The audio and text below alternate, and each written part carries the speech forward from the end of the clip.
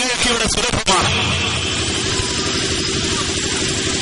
അതിന് തഫ്സീർ ഒന്നും ചെയ്തിട്ടില്ല എന്ന് പറയുന്നു. കണ്ണുവേണ്ടേ? അത് മറ്റവന്റെ കിതാബ് വായിച്ചാൽ കിട്ടൂല. മീർദാസാന്റെ കിതാബ് ഫോട്ടോ കോപ്പിയല്ല, ഒറിജിനൽ കിതാബ് ഫ്രീ തരാന്നാ പറയുന്നത്.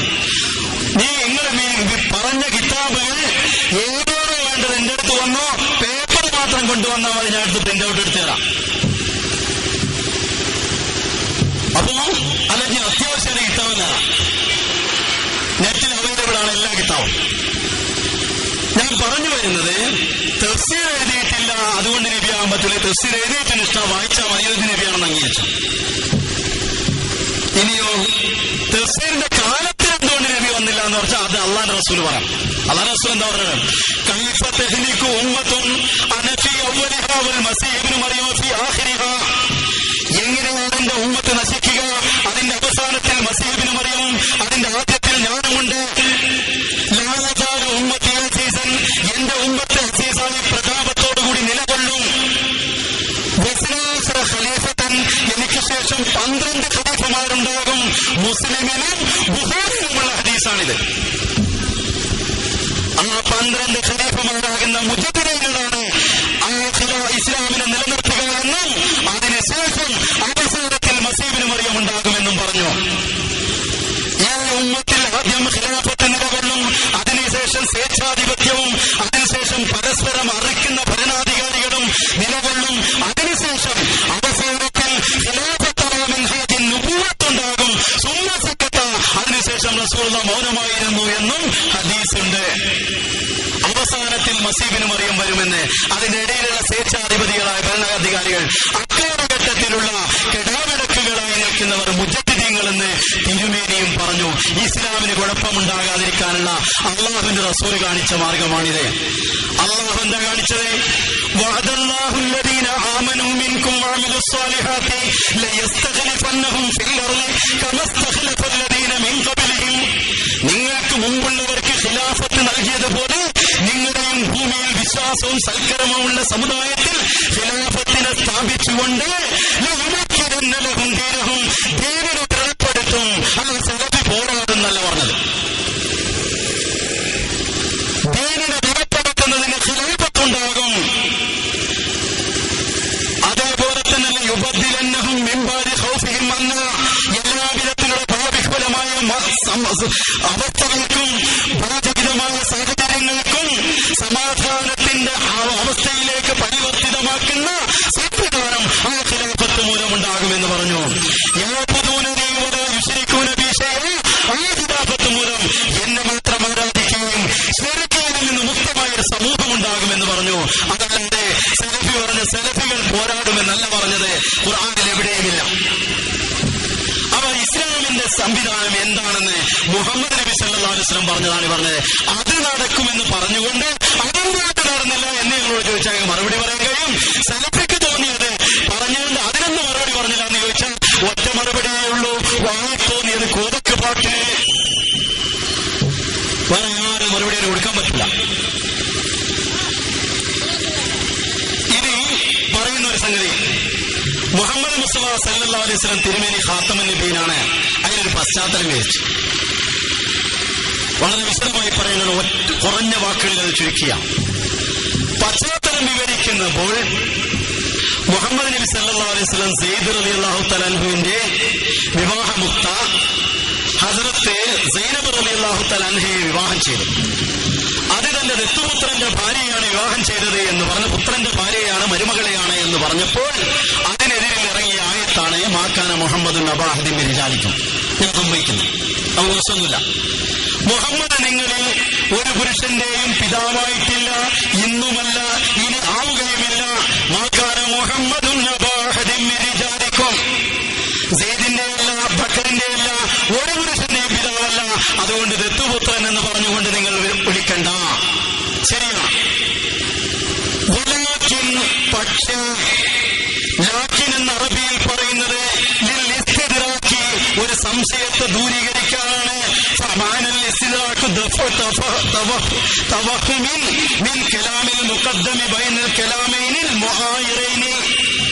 രണ്ട് വചനങ്ങൾ സംശയത്തെ ദൂരീകരിക്കുന്ന മുമ്പും പിമ്പുമുള്ള 2 വചനങ്ങളിൽ മുമ്പുള്ള വചനത്തിലുള്ള സംശയത്തെ ദൂരീകരിക്കുന്ന സ്ഥലത്താണ് ലാക്കിൻ എന്ന പദം അറബിയിൽ പ്രയോഗിക്കുക എന്ന് നഹ്വിന്റെ കിതാബുകളിൽ പ്രാമാണ്യയോഗ്യമായ ശറഹ് ജാമിയിൽ എഴുതിയിട്ടുണ്ട്. ശറഹ് അറബി അറിയാത്ത പേടിയില്ലല്ലോ. അതുകൊണ്ട് അവിടെ ആരുടെയും പിതാവല്ല എന്ന് നിഷേധിക്കുമ്പോൾ ഇത് പിതാവല്ല എന്നാണ് സ്ഥിരീകരിക്കേണ്ടത്. അതുകൊണ്ട് എന്ത് പറഞ്ഞു? റസൂലല്ല, സയ്യിദിന്റെയോ ബക്കറിന്റെയോ പിതാവല്ല. അപ്പോൾ മറ്റൊരാക്ഷേപം അവിടെ ഖുർആനിൽ എടുത്തു പറഞ്ഞതുണ്ട്. പശ്ചാത്തലം എന്റെ കയ്യിലല്ല, ഖുർആനിലാണുള്ളത്. ശത്രുക്കൾ പറഞ്ഞു ഇന്ന ഷാനിയക ഹുവൽ അബ്തർ, മുഹമ്മദ് മുസ്തഫ സല്ലല്ലാഹു അലൈഹി വസല്ലം അബ്തറാണെന്ന് പറഞ്ഞു, വാവത്തവനാണെന്ന് പറഞ്ഞു, സന്താനമില്ലാത്തവനാണെന്ന് പറഞ്ഞു. അവരോട് പറയുകയാണ് നിന്റെ ശത്രുക്കളാണ് വാററ്റവർ, നീ സന്താനമില്ലാത്തവനല്ല. ഇവിടെ താന്റെ ദത്തുപുത്രനായ സയ്യിദിനെ കൂടി നിഷേധിക്കുമ്പോൾ ആ ആക്ഷേപം ഒരു സന്താനവുമില്ല എന്ന ആക്ഷേപം വരുന്നു. അവിടെ പറയുകയാണ് അവിടെ ആത്മീയമായിട്ടുള്ള പിതൃത്വം മുഹമ്മദ് മുസ്തഫ സല്ലല്ലാഹു അലൈഹി വസല്ലമയ്ക്കുണ്ട്. ആദ്യത്തെ പിതൃത്വം നിഷേധിക്കുന്നു, ജഡികമായിട്ടുള്ളത്, ശാരീരികമായിട്ടുള്ളതെങ്കിൽ റസൂലല്ല.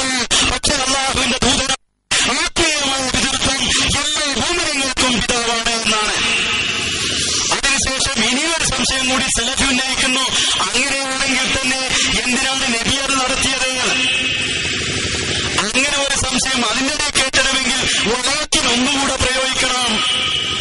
മറിച്ച് അത്തഫിന്റെ വാവാണ് അവിടെ പ്രയോഗിച്ചത്. അതിന്റെ കൂടെ ഇതും കൂടെ എന്നാണ് പറഞ്ഞത്. അത്തഫിന്റെ വാവ് പ്രയോഗിച്ചാൽ ഒരു വിധത്തിൽ 2 വ്യത്യാസങ്ങളുണ്ടാകും, മറ്റൊരു വിധത്തിൽ 2 ഒന്നായിരിക്കും. ആ ഒന്നായിരിക്കുന്ന കാര്യത്തിലാണ് പറഞ്ഞത് അദ്ദേഹം പ്രവാചകന്മാരുടെ മുദ്രയാണ്, പ്രവാചകന്മാർക്ക് കൂടെ പിതാവാണ്. അവിടെ വേറൊരു വിഷയം കൊണ്ടുവരേണ്ട ആവശ്യമില്ല, ആ വിഷയം തന്നെയാണ്. അത്തഫിന്റെ വാവ് ചേർത്ത് 2 കാര്യങ്ങൾ എടുത്തു പറയുമ്പോൾ ആദ്യം പറഞ്ഞതിന് കൂടുതൽ തലസേസ് മഹതാക്കിയതിൽ, അതായത് കൂടുതൽ എംഫസിസ് ചെയ്ത് അതിനെ സ്ട്രെസ് ചെയ്തിട്ട് അടുത്ത വാക്ക് പറയും, അതിനെ ശക്തിപ്പെടുത്തിക്കൊണ്ട് പറയും. അതുകൊണ്ടാണ് പറഞ്ഞത് ആദ്യം വിശ്വാസികളുടെ പിതാവാണെങ്കിൽ, വിശ്വാസികൾക്ക് പിതാവാണെങ്കിൽ, റസൂലുള്ളാഹിയാണെങ്കിൽ അടുത്തത് അമ്പിയാക്കൾക്ക് കൂടി പിതാവാണ്. അതിനേക്കാൾ കൂടുതൽ എംഫസിസും അതിനേക്കാൾ കൂടുതൽ ശക്തിയും അതിനേക്കാൾ കൂടുതൽ ബലവും നൽകിക്കൊണ്ട് മറ്റൊരു കാര്യം അതിനേക്കാൾ വലുതെടുത്ത് പറയുന്നു. അത് നിങ്ങൾ പറഞ്ഞതാണെങ്കിലോ മുഹമ്മദ് ഒരു പുരുഷന്റെയും പിതാവല്ല, വിശ്വാസികൾക്ക് പിതാവാണ്.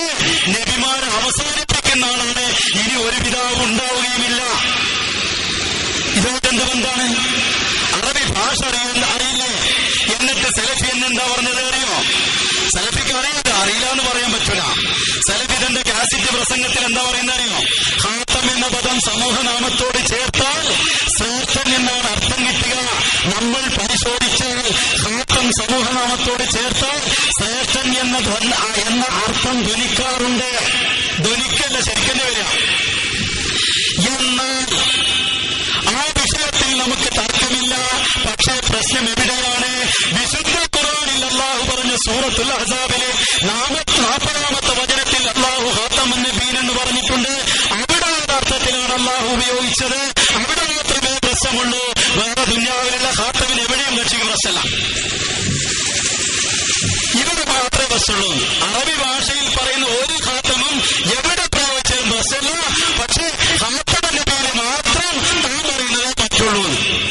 അതിന് ഭാഷാ നിയമം അനുവദിക്കുന്നില്ല എന്നാ പറഞ്ഞത്. ഒന്നുകൂടെ പറയുന്നു, ഖാത്തം എന്ന പദം ബഹുവചനത്തിലേക്ക് ചേർത്ത് വന്നാൽ, ജമ്മിലേക്ക് ഇളാഫത്ത് ചെയ്തു വന്നാൽ, ഖാത്തം എന്ന പദം ഇസ്മ ആലത്താണ്, സാമഗ്രി നാമമാണ്. അങ്ങനെ ചേർത്ത് വന്നാൽ ആ സമൂഹത്തിലെ അന്ത്യനെന്നോ അവസാനത്തെ ആളെന്നോ ഉദാഹരിക്കാവുന്ന ഒരൊറ്റ ഉദാഹരണവും പൗരാണിക അറബി സാഹിത്യങ്ങളിൽ നിന്ന് എടുത്തു കാണിക്കാൻ സാധ്യമല്ല.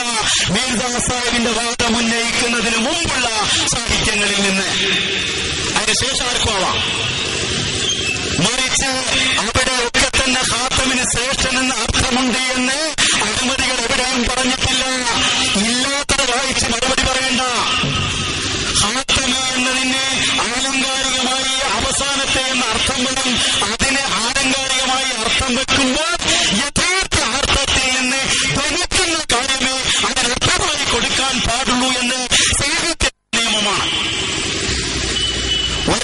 സിംഹമാണെന്ന് പറഞ്ഞാൽ അത് ആലങ്കാരികമായ പദമാണ്. എന്നാൽ ആ ആളുടെ യഥാർത്ഥ അർത്ഥത്തിൽ നിന്ന് ധ്വനിക്കുന്ന അതല്ലാത്ത ഒരർത്ഥം സിംഹം എന്നതിന് കൊടുക്കാൻ നിവൃത്തിയില്ല.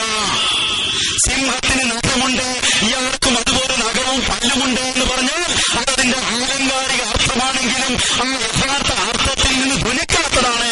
സിംഹത്തിന് ധൈര്യമുണ്ട്, ഇദ്ദേഹത്തിനും ധൈര്യമുണ്ടെന്ന് പറഞ്ഞാൽ ആ ആലങ്കാരികാർത്ഥം സിംഹമാണെന്ന് പറഞ്ഞതിൽ ധൈര്യം എന്നത് ഇയാൾക്കുള്ള യഥാർത്ഥ അർത്ഥത്തിൽ ഉള്ളതുകൊണ്ട് അതനുവദനീയമാണ്. അതേപോലെ ഹാത്തം എന്ന പദത്തിന് അന്ത്യനെന്ന അർത്ഥം കൊടുത്ത് യഥാർത്ഥ അർത്ഥത്തിൽ നിന്ന് വ്യത്യസ്തമായിട്ട് കൊടുക്കാൻ നിവൃത്തിയില്ല. ഹാത്തം എന്ന പദത്തിന് എല്ലാ ഔന്നിത്യങ്ങളും ഉള്ള ആള് എന്ന അർത്ഥമുണ്ടെങ്കിൽ ആ എല്ലാ ഔന്നിത്യങ്ങളും ഏറ്റവും അവസാനത്തിൽ നിൽക്കുന്ന ആള് മുഹമ്മദ് മുസ്തഫ സല്ലല്ലാഹു അലൈഹി വസല്ലം തിരുമേനി തന്നെയാണ്. ഹാത്തം എന്ന അർത്ഥത്തിൽ മുഹമ്മദ് മുസ്തഫ സല്ലല്ലാഹു അലൈഹി വസല്ലമയുടെ ഔന്നിത്യങ്ങളിൽ ഏറ്റവും പ്രധാനമായിട്ടുള്ളത് ശരീഅത്ത് കൊണ്ടുവന്ന പ്രവാചകന്മാരിൽ അവസാനത്തെ ന്യായപ്രമാണം കൊണ്ടുവന്നത് ആളാണെന്ന് വിശുദ്ധ ഖുർആൻ കൊണ്ട് തെളിയുന്നു. ഇതിന് നാം ഇറക്കിയത് നാം തന്നെ സംരക്ഷിക്കും, ഇത് സർവസമ്പൂർണ്ണ ഗ്രന്ഥമാണ് എന്ന് രണ്ടായത്തുകൾ കൂട്ടിവായിച്ച് അവസാനത്തെ ഗ്രന്ഥമാണെന്ന് തെളിയും. ആ അവസാനത്തെ ശരീഅത്ത് കൊണ്ടുവന്ന ആൾക്കുള്ള മഹത്വത്തെ അവസാനത്തെ എന്ന ആലങ്കാരിക പ്രയോഗത്തിൽ ആ ധ്വനിക്കുന്ന അർത്ഥത്തെ യഥാർത്ഥ അർത്ഥം ധ്വനിക്കുന്നത് കൊണ്ട് അത് അവസാനത്തെ എന്ന് ചേർക്കാമെന്നല്ലാതെ കൂട്ടത്തിൽ അവസാനത്തെ എന്ന് പറയാൻ നിവൃത്തിയില്ല. ആ അർത്ഥങ്ങളൊക്കെ നബി തറാഷ് നബി ആ ഹാത്തം എന്നുള്ള പദം പൊതുവെ അറബിയിൽ പറഞ്ഞ് വരാനിരിക്കുന്ന ആളുകൾക്കാണ് ഹാത്തം. അതുപോലെ മനസ്സിലാക്കുക. അറബി ഭാഷയിൽ ഒരു ഇമാം റാഹിബിന്റെ വ്യാഖ്യാനം അനുസരിച്ച് ഹാത്തം ഒരു വസ്തുവിൽ മറ്റൊരു വസ്തുവിന്റെ അടയാളം ഉണ്ടാക്കുന്നതിന് ഹാത്തം എന്ന് പറയും. ആ അർത്ഥത്തിലും ഹാത്തം എന്ന് പറയാം. അതായത് വരാനിരിക്കുന്ന ആളെ തന്നെ അടയാളം ഉണ്ടാക്കുന്ന ആളെ ഹാത്തം എന്ന് പറയും. ആ അർത്ഥത്തിലാണ് മുഹമ്മദ് മുസ്തഫ സല്ലല്ലാഹു അലൈഹി വസല്ലം ഖാതമുൽ ഔലിയ എന്ന് അലി റളിയല്ലാഹു തആല അൻഹുവിനെ പ്രയോഗിച്ചത്. വരാനിരിക്കുന്ന ആളുകൾക്ക് ഔലിയാക്കൾക്ക് ഖാതമാണ് അലി റളിയല്ലാഹു തആല അൻഹു എന്നാണ് പറഞ്ഞത്. അവ മുഹമ്മദ് നബി ഖാതം ചെന്ന നബിമാർക്കോ മുഹമ്മദ് നബി പോയ നബിമാർക്കും ഖാതമാണ്. കാരണം ആദമൻ മുൻജദിലും ബൈനൽ മായി വത്തീൻ, ആദം വെള്ളത്തിലും മണ്ണിലുമുള്ള സമയത്തും ഞാൻ ഖാതമുൻ നബിയനാണെന്ന് മുഹമ്മദ് നബി പറഞ്ഞിട്ടുണ്ട്.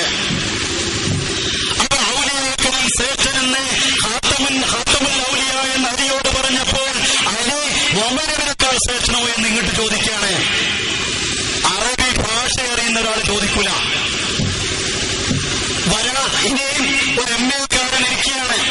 MA-കാരൻ കുട്ടികളൊക്കെ തൂക്കിക്കൊണ്ട് പറയാണ് LKG-യിലുള്ള ഈ കുട്ടിയുടെ ഈ കുട്ടി നല്ല കുട്ടിയാണ്, ശ്രേഷ്ഠനായ കുട്ടിയാണെന്ന് പറഞ്ഞാൽ അത് പറയുന്ന ആള് MA-കാരനേക്കാൾ വലിയ കുട്ടിയാണെന്നാണ് അർത്ഥം.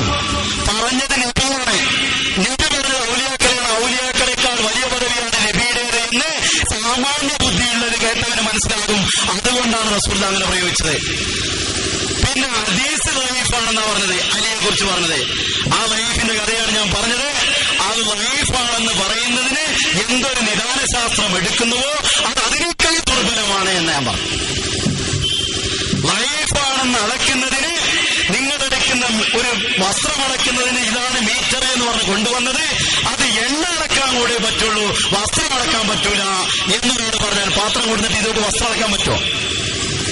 അതേപോലെ നിദാന ശാസ്ത്രം കുറ്റമറ്റതല്ല എന്നോട് പറഞ്ഞു. അത് തള്ളണമെന്നല്ല പറയും, അത് കുറ്റമറ്റതല്ല. അത് വെച്ചുകൊണ്ട് അലി റളിയല്ലാഹു തആല അൻഹു പറഞ്ഞതിന് നിഷേധിക്കാൻ നിവൃത്തിയില്ല. ഇനി അങ്ങനെ തന്നെ ആവട്ടെ. പറഞ്ഞ റാവി അറബിയിലല്ലേ പറഞ്ഞത്, അറബിയിലാണല്ലോ ഖാതമുൽ ഔലിയ. കള്ള ഹദീസാവട്ടെ നിങ്ങൾ പറഞ്ഞ അങ്ങനെ തന്നെ തൽക്കാലം സങ്കല്പിക്കുകയാണ്. ഈ കള്ള ഹദീസ് അറബിയിലല്ലുള്ളത്. അറബിയിൽ ഖാതമിന് അങ്ങനെ ഒരു പ്രയോഗം ഇല്ലെങ്കിൽ എന്തിനാണ് അങ്ങനെ അറബിയിൽ അത് പ്രയോഗിച്ചത്? അവസാനത്തെ വലിയാണോ? അല്ലെ ഈ കള്ളറാവിക്ക് പോലും അറിയില്ല അവസാനത്തെ വലിയാണ്. അതുകൊണ്ട് അലിനെ നന്നാക്കാൻ വേണ്ടി അവസാനത്തെ വലിയ എന്ന് പറഞ്ഞതാ. അത് അറബിയിലാണ് പറഞ്ഞത്. അപ്പൊ അറബി ഭാഷയിൽ ആ പ്രയോഗം അങ്ങനെയാണെന്നേലും മനസ്സിലായിക്കൂടെ? ഇനി പറയാനുള്ളത് ഖാതമുൽ മുഹാജിരീൻ, മുഹാജിരീങ്ങളുടെ അവസാനത്തെ നാൾ. മുഹാജിരീങ്ങളുടെ അവസാനത്തെ ആളായിരുന്നു അബ്ബാസ് റളിയല്ലാഹു തആല അൻഹു അതുകൊണ്ടാണ് റസൂൽ അങ്ങനെ പറഞ്ഞത്. ഖാത്തം എന്ന പ്രയോഗത്തിന് അർത്ഥമില്ല എന്ന് ആദ്യം നിങ്ങൾ ഉണ്ടെന്ന് സ്ഥാപിക്കണം, അതിനുശേഷം അർത്ഥം അംഗീകരിക്കാൻ പറ്റുള്ളൂ. ഖാത്തം എന്ന പ്രയോഗത്തിന് അർത്ഥമുണ്ടെന്ന് സ്ഥാപിച്ചതിന് ശേഷമാണ് അംഗീകരിക്കേണ്ടത്. പിന്നെയോ അദ്ദേഹം തന്നെ കാക്കക്കൂട്ടിൽ കുയിലുമുട്ടത്തു എന്ന് പറയും. അഹമ്മദികൾക്ക് അനുകൂലമായിട്ടുള്ള ഒരു സാധനം അദ്ദേഹം തന്നെ കിട്ടി. എന്താ പറഞ്ഞോ, ലാ ഹിജ്റത ബഅദൽ ഫത്ഹി, ഫതഹിന് ശേഷം ഇനി ഹിജ്റത്തില്ല. ഫതഹിന് ശേഷം ഹിജ്റത്തില്ല എന്ന് പറഞ്ഞ ആ ലാ തന്നെയാണ് അതിനുശേഷം പിന്നെ ഹിജ്റത്ത് നടക്കുന്നുണ്ട്. മുഹാജിറുകളും പട്ടാളങ്ങളും ഇഷ്ടം പറഞ്ഞിട്ടുണ്ട്. ആ പ്രത്യേക ഫതഹിന് ശേഷം അവിടെ നിന്ന് ഇങ്ങോട്ട് ഹിജ്റത്തില്ല എന്നേ അർത്ഥമുള്ളൂ. അത് സലഫി എന്ന് പറയുന്നു കീഴടക്കിയ രാജ്യത്തിലേക്ക് പിന്നെ ഹിജ്റത്തില്ല, കീഴടക്കിയ രാജ്യത്തിൽ നിന്ന് മറ്റേ അധികരിച്ച രാജ്യത്തിലേക്ക് ഹിജ്റത്തില്ല എന്നാണ് അർത്ഥം. അപ്പോൾ ആ ലാ ഫതഹ ലാ ഹിജ്റത എന്നതിന് ഹിജ്റത്തില്ല എന്നതിന് ലാ എന്ന് പറയുന്നത് ഒരു പ്രത്യേക ഹിജ്റത്താണ്, എല്ലാ ഹിജ്റത്തിനെയും ബാധിക്കുന്നില്ല എന്ന് കക്ഷി എന്ന് പറയുമ്പോൾ നബിയെ ബാധിക്കും എല്ലാ നബിയുണ്ട്. അത് ഞങ്ങൾ പറഞ്ഞ ശരീഅത്തുള്ള നബിയാണെന്ന് അത് പറ്റില്ല.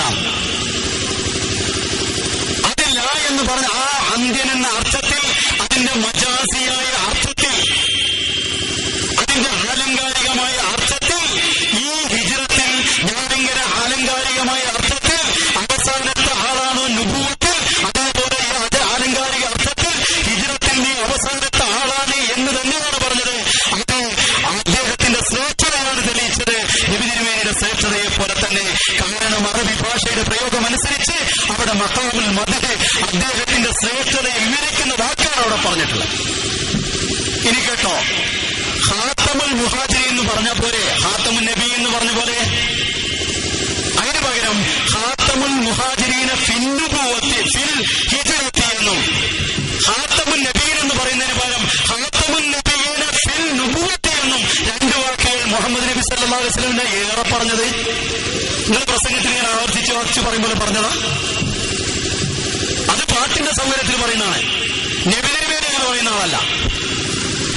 നബി തിരുമേനി നുബുവത്ത് അന്നുബുവത്ത് എന്ന് പറഞ്ഞത് ഒരു പ്രത്യേക അർത്ഥത്തിലാണ് എന്നതുകൊണ്ടാണ് അകസ്ലാം വിട്ടുകൊണ്ട് അവിടെ ഒരു പ്രത്യേക നുബുവത്തിനെ പറഞ്ഞത്. അത് സമയത്താകുന്ന നുബുവത്താണ്.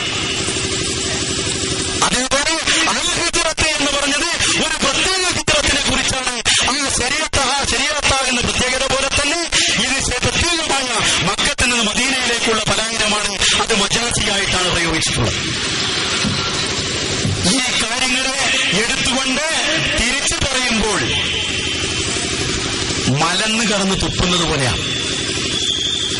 ഖാത്തമിന് അഹമ്മദികൾ ശ്രേഷ്ഠൻ എന്ന അർത്ഥം മാത്രമേ എടുക്കുന്നുള്ളൂ എന്ന് ആദ്യ ഒരു പ്രസ്ഥാനം നടത്താം. അഹമ്മദികളുടെ മലയാളത്തിലുള്ള ബുക്കിന് വായിച്ചൊരു ഇഷ്ടം 50-60 കൊല്ലം മുമ്പ് എഴുതിയ അന്നുബുവത്ത് ഫിൽ ഖുർആൻ എന്നുള്ള പുസ്തകത്തിൽ ആലങ്കാരികമായി അവസാനത്തെ എന്ന അർത്ഥം അഹമ്മദികൾക്ക് സ്വീകാര്യമാണെന്നും എല്ലാ പ്രവാചകന്മാരുടെയും ദൗത്യങ്ങളെ അവസാനിപ്പിക്കുന്ന ആളാണ് പ്രവാചകനെന്നും ശരീഅത്തിൽ അവസാനം വന്നതാണെന്ന അർത്ഥത്തിൽ ഞങ്ങൾക്കത് സ്വീകാര്യമാണെന്നും അന്നുബുവത്ത് ഫിൽ ഖുർആൻ മലയാളത്തിലൊരു കിതാബുണ്ട്, ഖത്തം ഹോച്ചക്കി എന്ന് വായിച്ച് ഉറുദുവിലല്ല ഉള്ളത്, മലയാളത്തിൽ വായിച്ചാൽ കിട്ടും. അതേപോലെ മീർസാ സാഹിബ് ഖാത്തമിന് കൊടുത്ത അർത്ഥങ്ങൾ അറബിയിൽ നിങ്ങൾ വായിച്ച ആ ഹമാമത്തുൽ ബുഷ്റയിലുണ്ട്, ആയിനെ കമാലത്തിലുണ്ട്, അറബി കിതാബുവാണെങ്കിൽ അതിൽ വായിച്ചു. അത് മനസ്സിലാക്കാതെ അഹമ്മദികൾ ഇങ്ങനെയായിരിക്കും പറയുക എന്ന് സുല്ലമി പറഞ്ഞത് ഈമാൻകാരിയായിട്ട് നടന്നാൽ അവസാനം അവനാന്റെ ഈമാൻ പ്രസ്ഥാനത്തിൽ പോകും എന്നുള്ള കാര്യം മനസ്സിലാക്കുക. ഈമാൻ പോകുന്നല്ല ഞാൻ പറഞ്ഞത്, പ്രസ്ഥാനത്തിന് ഈമാൻ നഷ്ടപ്പെടും. കാരണം സുല്ലമിയെ എല്ലാവർക്കും പറ്റുന്ന ആളല്ല. ഞാൻ പറഞ്ഞു വന്നത് മുഹമ്മദ് മുസ്തഫ സല്ലല്ലാഹു അലൈഹി വസല്ലം ഒരു പുരുഷന്റെയും പിതാവല്ല. അദ്ദേഹം അതേപോലെ പ്രവാചകനാണ്, അള്ളാഹുവിന്റെ റസൂലാണെന്ന നിലയിൽ എല്ലാ മുഅ്മിനീങ്ങൾക്കും പിതാവാണ്. നബിമാരുടെ മുദ്രയാണെന്ന പേരിൽ പ്രവാചകർക്കും പിതാവാണ് എന്ന് പറഞ്ഞ ആയത്താണ് പ്രവാചകന്മാരെ അവസാനിപ്പിക്കുന്ന ആളാണ്, പ്രവാചകന്മാരിൽ അന്ത്യനാണ് എന്ന് പറയുന്നു. ആദ്യത്തെ വചനവും പിതാവല്ല എന്ന വചനവും പ്രവാചകന്മാരിൽ അന്ത്യൻ എന്ന വചനവും തമ്മിൽ ബന്ധമില്ല. ഇനി പറയാനുള്ളത്